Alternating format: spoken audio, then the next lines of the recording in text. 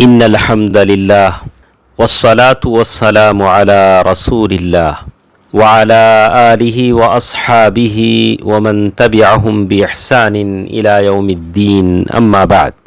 محترم اسلامی بھائیوں اور بہنوں، آج ہمارے ساتھ سورۃ البقرہ آیت نمبر 11 اور 12 کی کچھ تفسیر ہمارے ساتھ ہے۔ اللہ تعالیٰ کا ارشاد ہے، اعوذ باللہ من الشیطان الرجیم، بسم اللہ الرحمن الرحیم۔ وَإِذَا قِيلَ لَهُمْ لَا تُفْسِدُوا فِي الْأَرْضِ قَالُوا إِنَّمَا نَحْنُ مُصْلِحُونَ أَلَا إِنَّهُمْ هُمُ الْمُفْسِدُونَ وَلَكِنْ لَا يَشْعُرُونَ۔ ترجمہ: اور جب کہا جاتا ہے ان سے نہ فساد کرو زمین میں، تو کہتے ہیں یقیناً ہم تو اصلاح کرنے والے ہی ہیں۔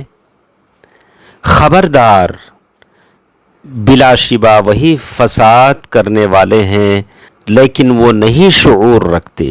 تفسیر: جب ان منافقوں کو زمین میں فساد پھیلانے سے روکا جاتا ہے، اور فساد سے مراد کفری اعمال ہیں، گناہ ہیں، معاصی ہیں، اسی طرح دشمن کے پاس ایمان والوں کے راز پہنچانا اور کافروں کے ساتھ قلبی دوست رکھنا ہے، یہ بھی تو فساد ہے۔ تو ان کا جواب یہ ہوتا ہے، ہم تو اصلاح کرتے ہیں۔ تو یہاں انہوں نے دو باتوں کو جمع کر دیا ہے، اکٹھا کر دیا ہے۔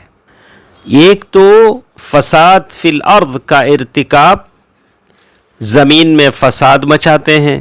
دوسرا اس بات کا اظہار کہ یہ فساد پھیلانا نہیں بلکہ اصلاح ہے۔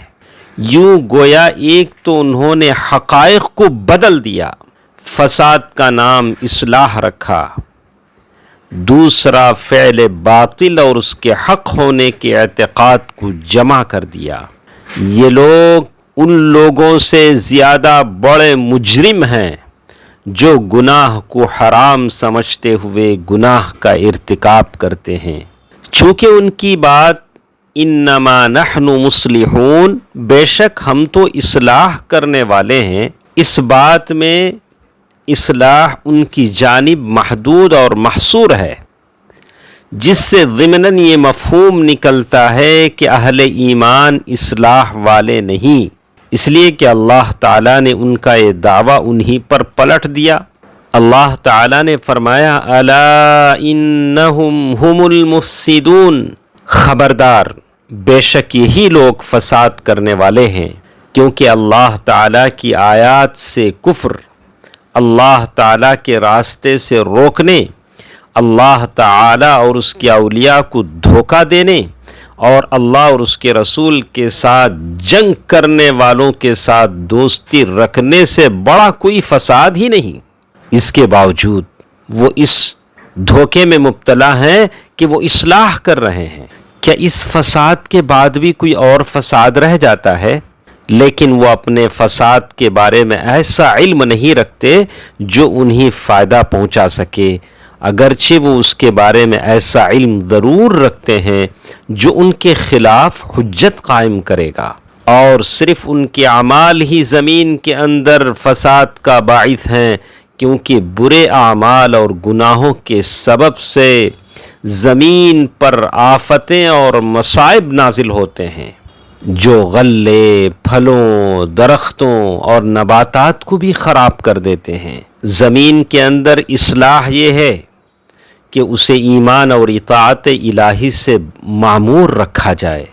اسی اطاعت اور ایمان کے لیے اللہ تعالیٰ نے مخلوق کو پیدا کر کے اس کو زمین پر آباد کیا اور ان پر رزق کے دروازے کھول دیے، تاکہ وہ اس کی رزق کی مدد سے اللہ تعالیٰ کی عبادت اور اس کی اطاعت کرے۔ لہذا جب اللہ تعالیٰ کی عبادت اور اطاعت کے خلاف عمل کیا جائے گا تو یہ عمل گویا زمین میں فساد برپا کرنا اور اس کو اجاڑنا ہوگا، بالکل آج ہم یہی چیزیں دیکھ رہے ہیں. یہ بیماریاں، یہ وبائیں، یہ مصیبتیں، یہ آفتیں صرف اس وجہ سے ہیں کہ اللہ کی زمین پر فساد بڑھ چکا ہے. یہ فساد ختم ہو اور اس کی جگہ اصلاح ہو تو پھر اللہ تعالیٰ کی رحمتیں اور برکتیں ہم پر نازل ہوں گی. اللہ تعالیٰ مجھے اور آپ کو ان آیتوں پر عمل کرنے کی توفیق دے. اللہ تعالیٰ قرآن کو ہمارے لیے ہدایت کا باعث بنائے. آمین. والسلام علیکم ورحمۃ اللہ وبرکاتہ.